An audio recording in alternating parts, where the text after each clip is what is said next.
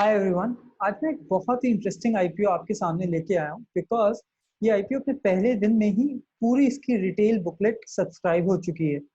और साथ में मैं गलत नहीं होगा अगर मैं कहूँ कि ये 2020 का सबसे एंटिसिपेटेड आईपीओ है।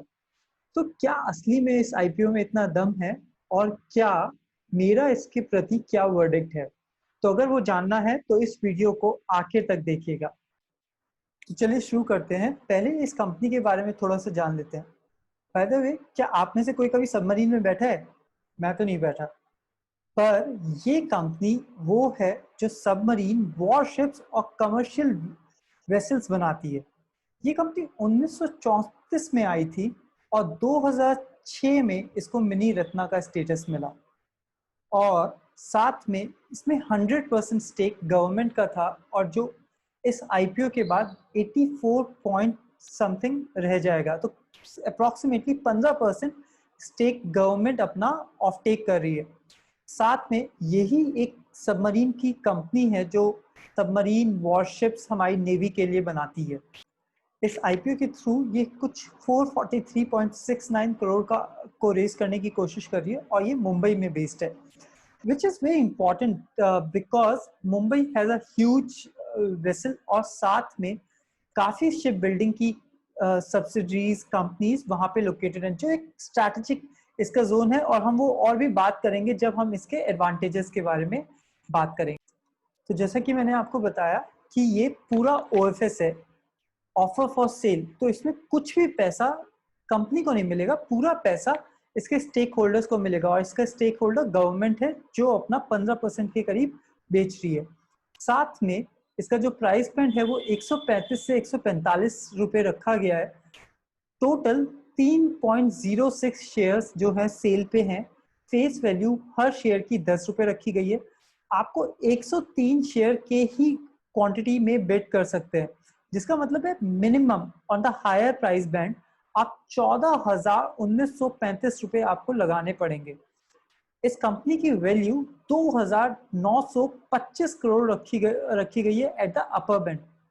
इस आईपीओ में 50% उन्होंने क्वालिफाइड इंस्टीट्यूशनल प्रोफेशनल्स के लिए रखा गया है, 15% एफआईआईज के लिए रखा गया है और 35% रिटेल के लिए रखा गया है। तो चांसेस आपके मिलने के अच्छे हैं, पर क्योंकि डिमांड भी बहुत ज़्यादा होने वाली है इस आईपीओ की, तो आप इन्वेस्ट करिए। चांसेस हैं कि आपको मिल जाए क्योंकि 35% आपके रिटेल के लिए रखा गया। और लास्ट और बहुत इंपॉर्टेंट, कोई डिस्काउंट नहीं है रिटेल और एम्प्लॉयज के लिए इस आईपीओ में। तो चलिए इसकी फाइनेंशियल्स को देख लेते हैं। तो इसका 70% जो रेवेन्यू है वो शिप बिल्डिंग से आता है और 30% इसके सबमरीन डिवीजन से आता है।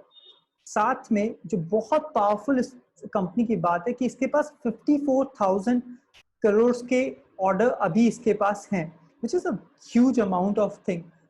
हाउएवर इसके जहां रेवेन्यूज 9% से ग्रो किए, बट ऑपरेटिंग प्रॉफिट और नेट प्रॉफिट 7 और 16% से डिक्लाइन किए FY17 से FY20 तक।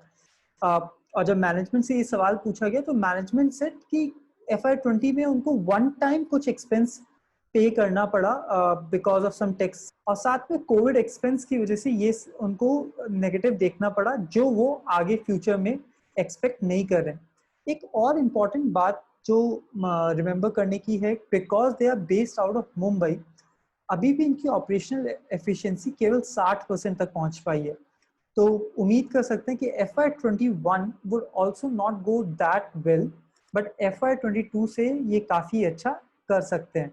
तो एक और इंटरेस्टिंग बात ये है कि ये डेट फ्री कंपनी है और जैसा आपको पता है कि मुझे डेट फ्री कंपनीज बहुत अच्छी लगती हैं। साथ में अगर हम इसके कॉम्पिटिटर्स की बात करें तो इसके जो दो मेन कॉम्पिटिटर्स हैं वो हैं कोचीन शिपयार्ड और गार्डन रीच शिप बिल्डर। अगर आप इनकी प्राइस टू अर्निंग देखेंगे तो मेज़ागॉन डॉक शिप बिल्डर्स आपको एक बहुत अच्छे प्राइस टू अर्निंग पे मिल रहा है और साथ में ईपीएस भी इसका बहुत अच्छा है। और जब मैनेजमेंट से पूछा गया इन कॉम्पिटिटर्स के बारे में तो उन्होंने बताया कि कोचीन शिपयार्ड पहली बार एक फ्लाइट फ्लीट बना रहा है नेवी के लिए, जबकि Mazagon dock ship builders has been building it over the years और 60 से ज्यादा ये उनको वॉरशिप्स डिलीवर कर चुके हैं। और गार्डन रीच शिप बिल्डर अभी बहुत छोटा है और एक्चुअली मेज़ागन इनको गाइडेंस प्रोवाइड कर रहे हैं कि कैसे ये अपने को ग्रो कर पाए. सो I think it's also a very positive that in both the competitors they actually don't have that much competition with these particular two players. और अगर हम इसकी अब स्ट्रेंथ की बात करें कि क्या दम है इस कंपनी में, तो इंडिया की ये केवल पहली कंपनी है और ओनली कंपनी है जो सबमरीन्स और वॉरशिप्स बना सकती है, which is very important considering the defence expense जो अभी भारत देश कर रहा है. और आत्मनिर्भर इसके लिए बहुत कारगर हो सकता है क्योंकि ये पूरी ही इंजीनियस इंडियन बेस्ड कंपनी है. साथ में इसको अभी कुछ कॉन्ट्रैक्ट्स बाहर से भी मिले हैं, कुछ शिप्स इसने बाहर भी सप्लाई करी हैं. साथ ही साथ इसकी लोकेशन बहुत इसको फायदा करने वाली है. मैनेजमेंट इसका काफी सॉलिड है और काफी लोग नेवी के इसके पास हैं, तो because navy is also their biggest customer, तो वो इसको बहुत हेल्प करता होगा. और इसका जो डिविडेंड यील्ड है जो एक काफी इंपॉर्टेंट फैक्टर है, क्योंकि अगर आप इसको एक रिटायरमेंट पर्सपेक्टिव से देख रहे हैं और रेगुलर इनकम की तरह सोच रहे हैं, तो 7.42% डिविडेंड यील्ड है FY20 का, जो काफी अच्छा है considering the situation of Covid. और एक बहुत अच्छी अपॉर्चुनिटी जो ये लोग एक्सप्लोर कर रहे हैं इस वक्त, ये लोग बाहर भी डॉक्स के लिए बिडिंग कर रहे हैं. तो इन्होंने अभी अर्जेंटीना में 1,000 करोड़ के प्रोजेक्ट के लिए बिडिंग चल रही है. पर इस कंपनी में कुछ वीकनेस भी हैं जो बहुत इंपॉर्टेंट है हमें नोटिस करने के लिए.